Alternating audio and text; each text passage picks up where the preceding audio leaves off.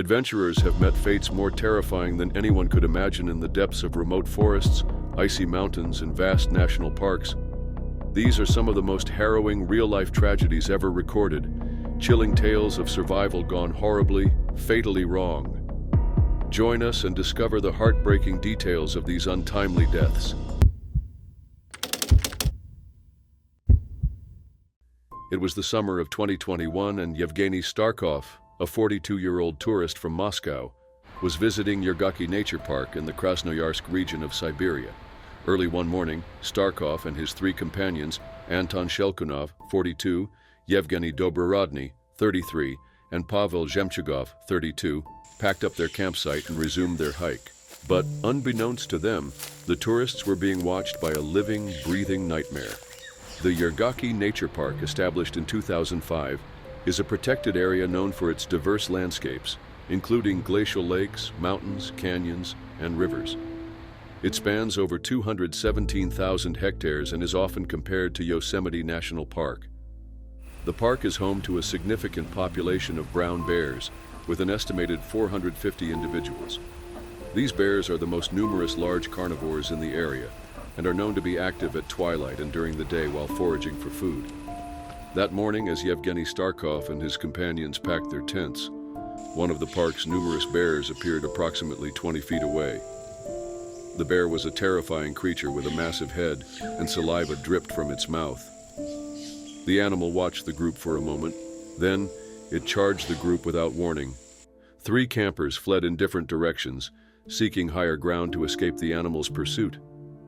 But Yevgeny Starkov wasn't as lucky. The 42-year-old man was unable to evade the bear.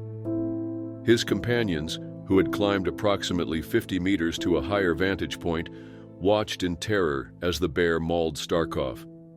From their position, they could see the bear actively tearing and consuming their friend's body. The bear briefly shifted its focus to them before they moved further out of reach. Concerned for their safety and unable to assist Starkov, they remained elevated for approximately 15 minutes before seeking help. But this was easier said than done. Due to the remote nature of the area and the lack of proper footwear, the three men were forced to walk barefoot for 7 hours to reach safety and alert authorities. The Russian Investigative Committee confirmed that the survivors reported the attack. Heavy rainfall and difficult terrain hindered rescue and investigative efforts, preventing authorities from reaching the site by helicopter. The search for Starkov's remains has been delayed due to these conditions, and officials continued working to access the location despite ongoing challenges. Following the incident, park authorities closed sections of the area to visitors to prevent further encounters. The attack has raised concerns about safety measures for those camping in the region. Wildlife experts speculated that the campers' food might have attracted the bear. Wildlife officials continued to monitor the region and assess any ongoing threats posed by bear activity. The incident has also highlighted emergency response challenges in remote and difficult-to-reach areas. Due to the park's rugged terrain, rescue operations were significantly delayed, affecting response times in a critical situation. The fatal attack on Yevgeny Starkov serves as a reminder of the dangers posed by wildlife encounters in remote locations.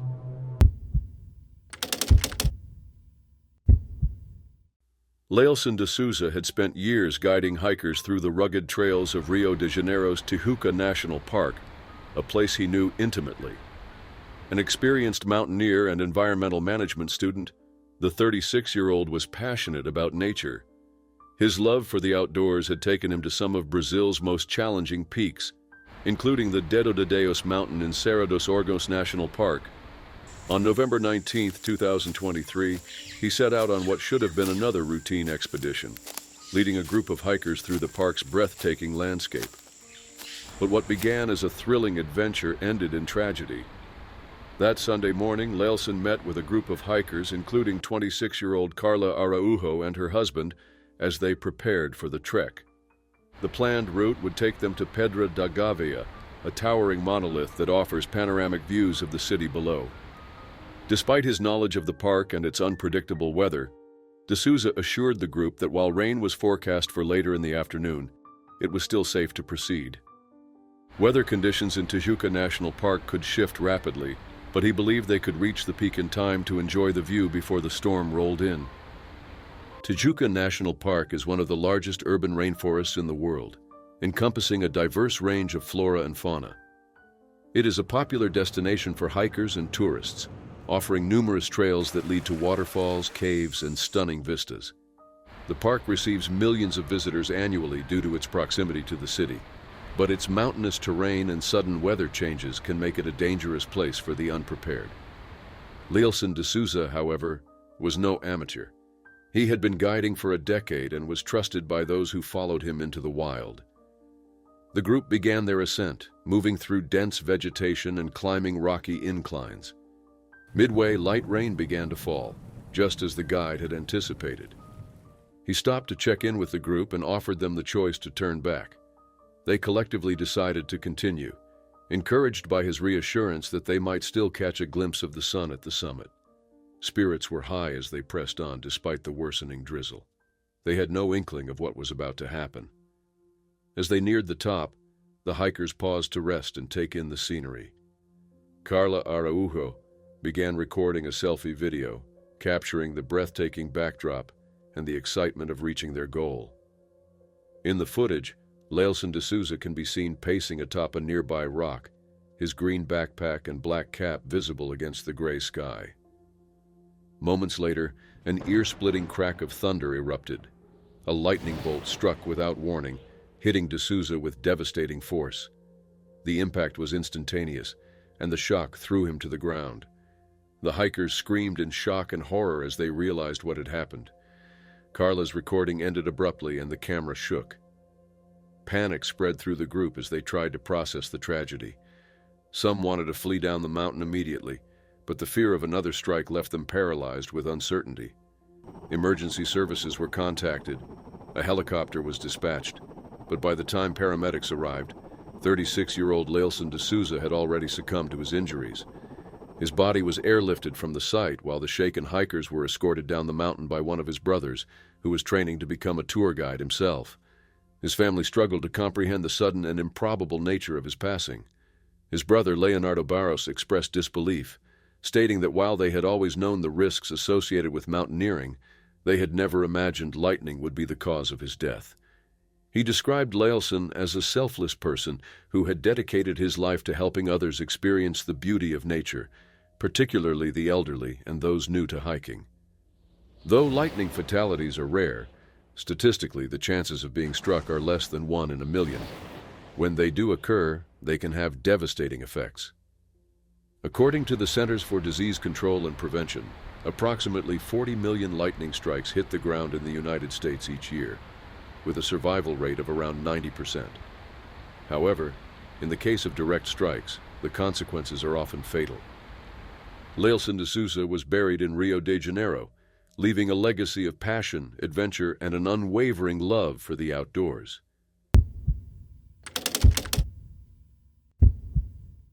On April 6, 2024, Dr. Monica Wareniecka was a 58-year-old dedicated pediatrician, a loving wife, and a devoted mother whose life revolved around caring for others. Born in Poland in 1965, she immigrated to the United States in 1992 alongside her husband, Robert.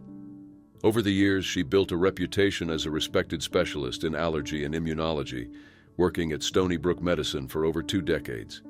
Beyond her profession, Monica was an adventurer at heart. She loved traveling, hiking, and spending time with her family. Her latest passion was the family's newly purchased Airstream trailer, which she had affectionately named Nebula. She saw it as a vessel for exploration, where she and Robert could embark on countless journeys in their early retirement. It was a dream that tragically ended on that fateful April day. On Saturday, April 6, 2024, the Wareniecka family embarked on an 8-hour journey from Stony Brook, Long Island to Cape Vincent in upstate New York. The trip held special significance. They gathered to witness the highly anticipated solar eclipse, an event Monica had been eagerly looking forward to for weeks.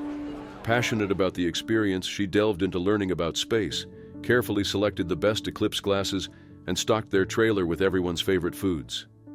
2 of their daughters, Helena and Alexandra, joined them on the trip, ready to share on this memorable occasion.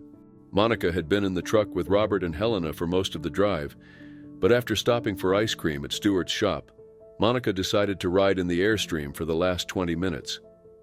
Tired from the trip, Helena lay in bed while her mother moved about the trailer, securing items and ensuring everything was in place. But tragedy struck as the family's gray 2019 Ram pickup truck towed the Airstream down State Route 12E in Brownville, New York. The passenger side door of the trailer, designed to open inward instead of outward against the wind, suddenly blew open. The powerful gust pulled Monica toward the open doorway, and she instinctively grabbed onto the handle, trying desperately to hold on.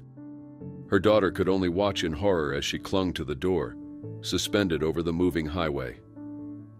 Those driving behind the Airstream saw the terrifying scene unfold. With the wind fighting against her grip and no way to regain her footing, Monica lost her hold. She was thrown from the moving trailer, striking her head on the hard shoulder of the road. Witnesses immediately called for emergency assistance as the Airstream came to a stop. Monica was rushed to Samaritan Medical Center's emergency room, but despite efforts to save her, the woman succumbed to her injuries and was pronounced dead at the hospital. The once joyful family trip had turned into an unimaginable nightmare. Stony Brook Children's Hospital, where she had dedicated so much of her life, released a statement expressing their devastation over the loss of a beloved colleague. Her patients and their families mourned the passing of a doctor who had spent decades offering care and guidance. Her daughter spoke of her endless generosity and love, struggling to process the sudden and senseless nature of the accident. The incident also raised serious questions about trailer safety. In New York, riding in an Airstream while it is in motion is illegal, a regulation meant to prevent tragedies like this. Airstream safety guidelines warn against traveling in their trailers, stating that they are not designed to carry passengers due to the lack of seatbelts and secure seating. However, riding in a towed trailer is legal in some states, leading to confusion about the risks involved. Helena, while acknowledging that her mother's death was a terrible accident, pointed out a potential design flaw in the trailer. Its door opened inward rather than against the wind, making it vulnerable to sudden gusts. Monica's love for adventure and her devotion to family defined her life, making her loss even more heartbreaking. The family, now grappling with their grief, is left with only memories of the woman who had spent her life caring for others. Joe "Eggy" Eggleston was no stranger to the mountains. At 59 years old, he had spent decades working as a steam engineer for the Mount Washington Cog Railway, guiding a historic coal-powered train up one of the most formidable peaks in the northeastern United States. Joe had an unshakable passion for both his work and his surroundings. Despite being profoundly deaf since childhood due to meningitis, he never let his condition hinder his dreams. To those who knew him, he was more than just a railway engineer. He was a man whose warmth and enthusiasm left a lasting impact on everyone he met. On the morning of Saturday, December 10, 2022, Joe and his wife Kelly, 57, set out on what was supposed to be a simple but rewarding hike. Their destination was the summit of Mount Willard, a popular peak in Crawford Notch State Park, known for its breathtaking panoramic views of the White Mountains. The hike was considered moderate, stretching 3.1 miles round trip, with an elevation gain of just under 900 feet.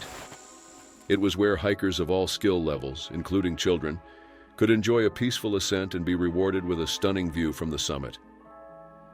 Reaching the peak late that morning, Joe and Kelly paused to take in the scenery. The air was crisp, and despite the beauty surrounding them, the ground was slick with ice, a common hazard in the colder months.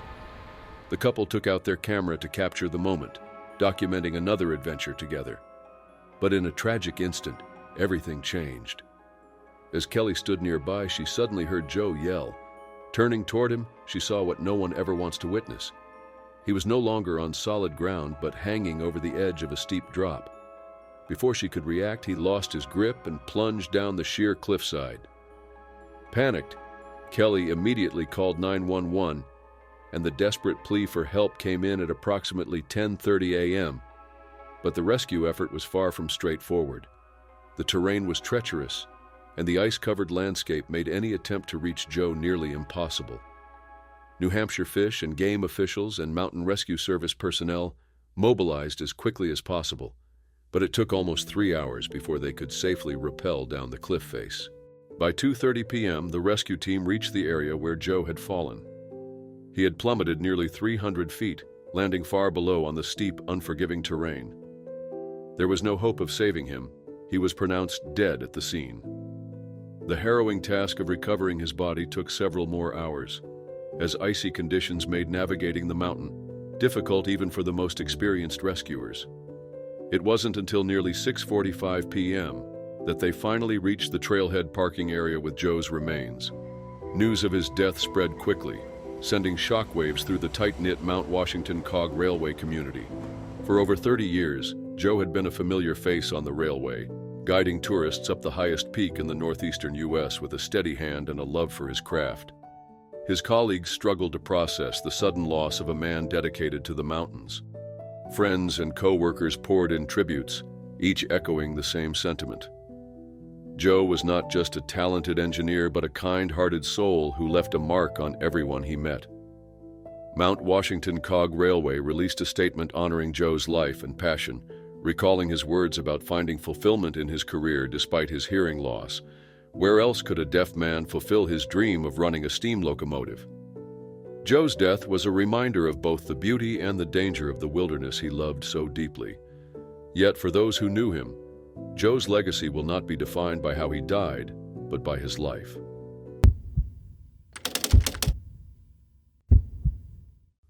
Ryan O'Carroll was a determined and ambitious young entrepreneur who approached life with enthusiasm and an unyielding drive for success.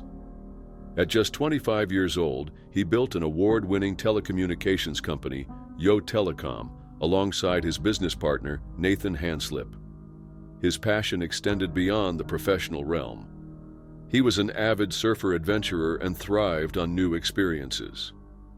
But on the night of August 10, 2018, a tragic accident unfolded in the quiet woodlands of Tahiti Country Park, and Ryan O'Carroll was at its center. That day, Ryan, his wife, Stephanie Leal Sanchez, and his 11-year-old brother Nick traveled from Southampton to Cornwall for a surfing holiday. Their plan included attending the Boardmasters Festival in Newquay, but first they decided to set up camp in the serene surroundings of Tahiti Country Park.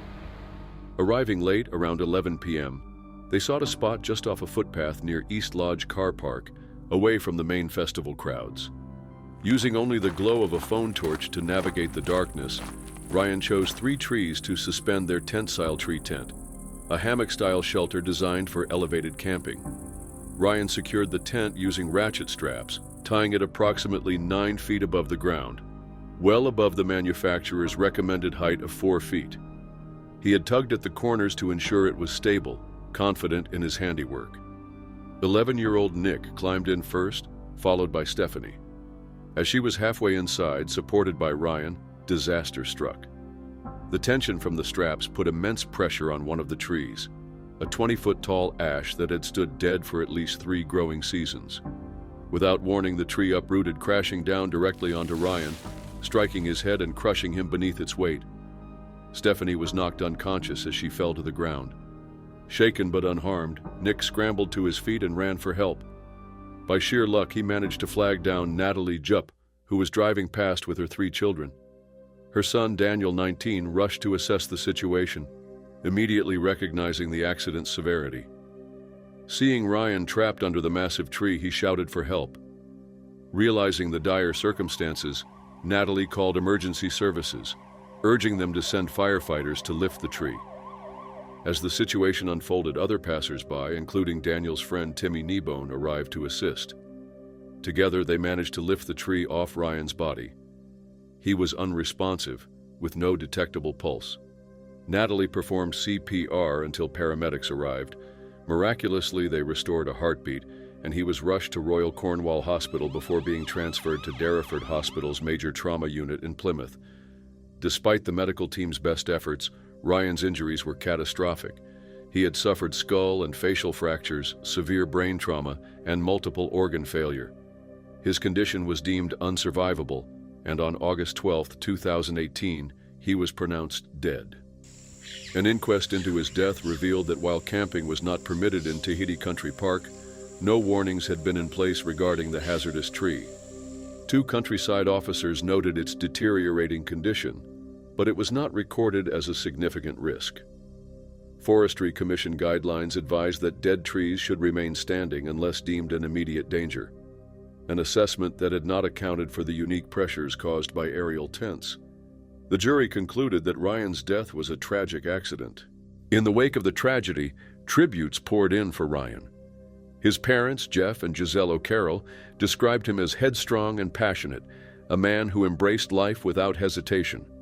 His wife, Stephanie, spoke of his profound impact on her life, remembering him as an unwavering source of love and inspiration. His business partner, Nathan Hanslip, called him an inspirational best friend, whose drive and ambition had left an indelible mark on those who knew him.